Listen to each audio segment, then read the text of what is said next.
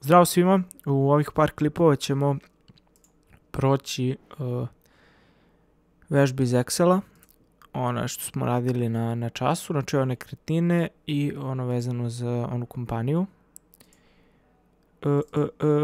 Znači prvo što rado uradite je da ove failove ekstraktujete u neki folder. Dobro. Da, znači što se tiče nekog uvoda, odradit ćemo zadatak po zadatak. Znači ovaj neki prvi snimak će biti obuhvatat će uvod i prvi zadatak, tako da će svaki sledeći biti po jedan zadatak. Čisto da bi bilo preglednije, da bi mogli lakše da se snalazite. I neću objašnjavati sada sve, pa onda da radimo zadatke, nego ću gledati da kroz zadatak obuhvatim sve neke varijacije tog zadatka, ali generalno mislim da je Word bio najteži, to jest ima nekih najviše elemenata, dok Excel ima par nekih sitnica koje su nove, formule, grafici i ostalo sve isto, ovo numerisanje, znači alignment, ne znam, border i ostale stvari, tako da mislim da ovo neće biti neki veći problem. Tako da eto. Znači kaže u ćeliji E6, E6, upišite prihodi, dobro, prihodi, dobro, i dalje u koloni E izračunajte mesečni prihod od svih prodatih paketa, dobro.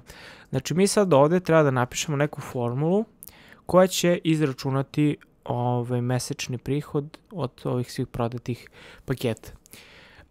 Imamo dve neke opcije kako pišemo formulu. Prva opcija je da kažemo nešto klasična, koja se uvek koristi. Znači napišete jednako i onda određene podatke iz ovih ćelija. Da, znači inače ovo je jedna kao pravogonik je u stvari ćelija. E sad, što se tiče formula, znači označite ćeliju i onda napišete operaciju, ne znam, plus, minus, množenje, deljenje i ne znam, pomnožite sa ovom ili oduzmete sa ovom ili saberete sa ovom i slično. Kliknete enter i dobijete taj broj traženi. E sad, to vam je kada vi sami pišete, sad ovde već imate, znači ako kliknete ovo f od x, ovde već imate neke funkcije koje su napred, to jest u programu ugrađene.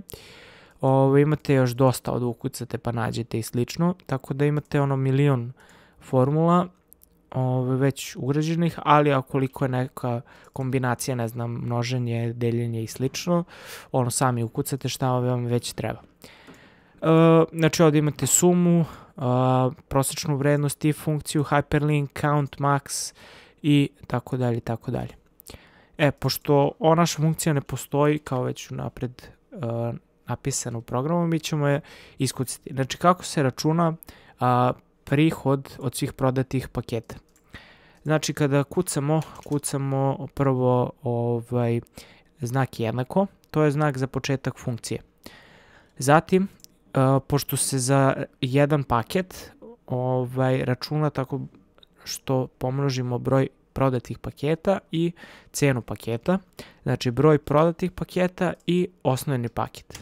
Zatim to sve saberemo, pa onda idemo broj prodatih poslovnih paketa puta cenu poslovnog paketa i plus profi paket, znači broj profi paketa puta cena profi paketa i kliknemo enter.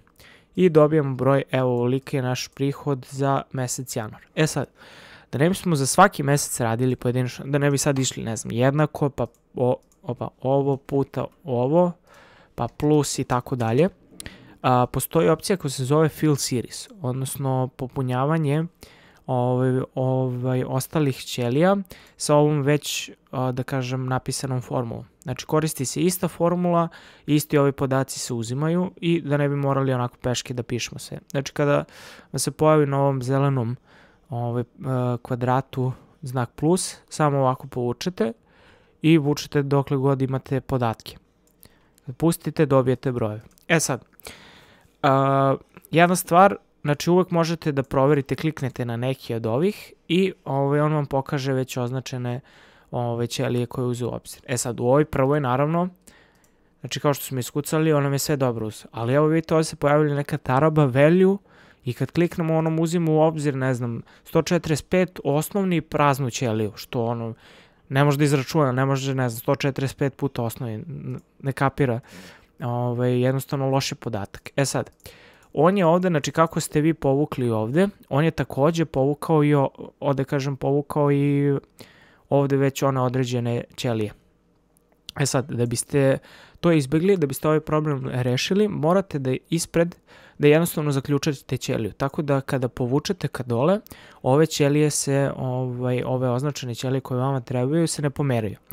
Sad, to se radi kada ovde ispred nekog znaka napišete ovo. Znači, ovo je $sign. Kada napišete recimo ispred B ili ispred 4. Sad, ako napišete B, onda će on zaključati ovu kolonu.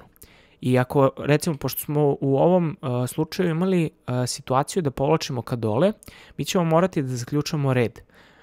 Sad, da smo imali recimo situaciju da povlačimo ka vamo, znači ovako, onda bi zaključavali ove kolone. Ali u ovom slučaju, pošto povlačimo na dole, onda zaključavamo red. I sad, znači, moramo da zaključamo osnovni paket, da ne bi išli ka dole. Znači, to je B2. Znači, dvojku zaključavamo, pošto su brojevi, zapamtite u suštini da su brojevi red, a da su slova kolone. I, znači, ispred B2, to je ok. Idemo ispred trojke, ispred četvorke, kliknemo Enter. I naravno dobili smo isti broj, jer to je to. Sad, kada povučemo, to će biti druga priča.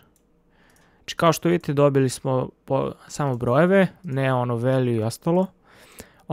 I sad bilo gde da kliknemo, uvijek možete, znači obavezno ovo proverite.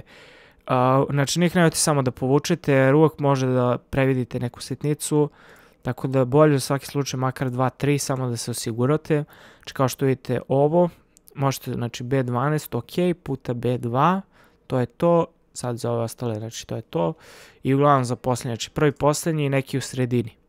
Neki kritični koje mislite da mogu da se zeznu.